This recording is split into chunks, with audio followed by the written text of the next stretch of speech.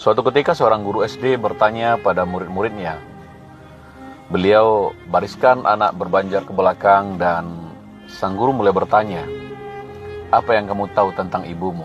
Tanya sang guru dengan mimik serius pada murid-muridnya. Murid pertama menjawab, "Suka marah-marah, Pak." Lalu pindah posisi ke paling belakang.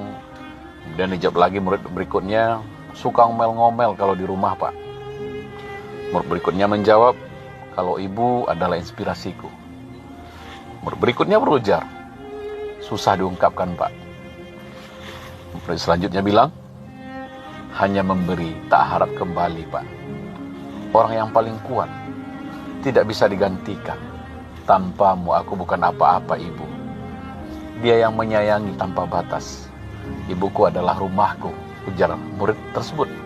"Ibu adalah pahlawanku. Ibu adalah kedamaian. Salah satu keajaiban ciptaan Tuhan."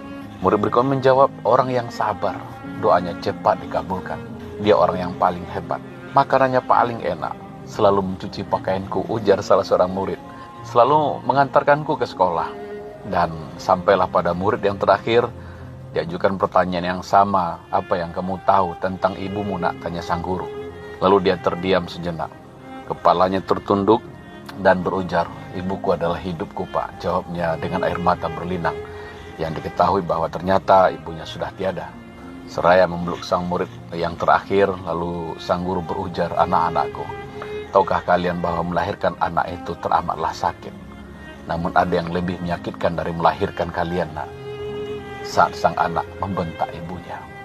Kawan-kawan, kalau pertanyaan yang sama diajukan pada kawan-kawan, apa yang Anda tahu tentang ibu Anda? Lalu apa jawaban Anda? Semoga menginspirasi. Assalamualaikum warahmatullahi wabarakatuh. Saat kita menzalimi orang lain, mau dia memaafkan atau enggak, yang penting aku udah minta maaf. Apakah urusan selesai? Tidak, kawan-kawan. Belum selesai urusan. Dengan Allah bisa jadi selesai, tapi urusan kita dengan dia tidak selesai sampai dia benar-benar ridho. Bertahun-tahun Anda menyakitinya dan engkau hanya minta maaf sekali saja. Aku minta maaf ya, kalau dimaafkan silakan, kalau enggak apa-apa. Yang penting urusanku udah selesai. Adil enggak? Kayak gitu enggak bisa. Urusanmu dengan dia bisa selesai ketika ia benar-benar ridho dengan perlakuanmu. Yang pertama, dia punya doa yang pasti Allah kabulkan. Ketika dia terzolimi, walaupun doanya itu doa yang buruk. Itu di surah An-Nisa ayat 148 dijelaskan. Allah tidak menyukai doa-doa yang buruk, kecuali yang diucapkan oleh orang yang terzolimi. Hati-hati, dia punya doa yang langsung Allah kabulkan. Kedua, ia punya keuntungan di akhirat. Kalau dia simpan itu sampai di akhirat.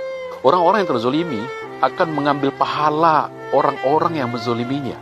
Bisa jadi sampai habis.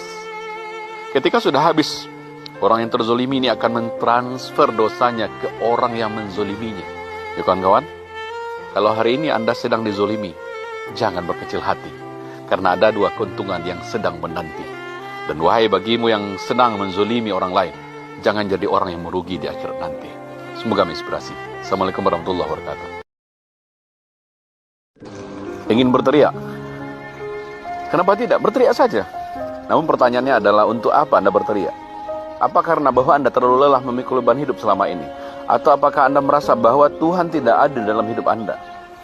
Atau Anda merasa hari-hari yang Anda lewati terasa sangat berat? Atau karena Anda tak lagi merasa dicintai dan dihargai oleh pasangan Anda? Atau karena Anda punya anak tapi tak lagi patuh dan nurut pada Anda?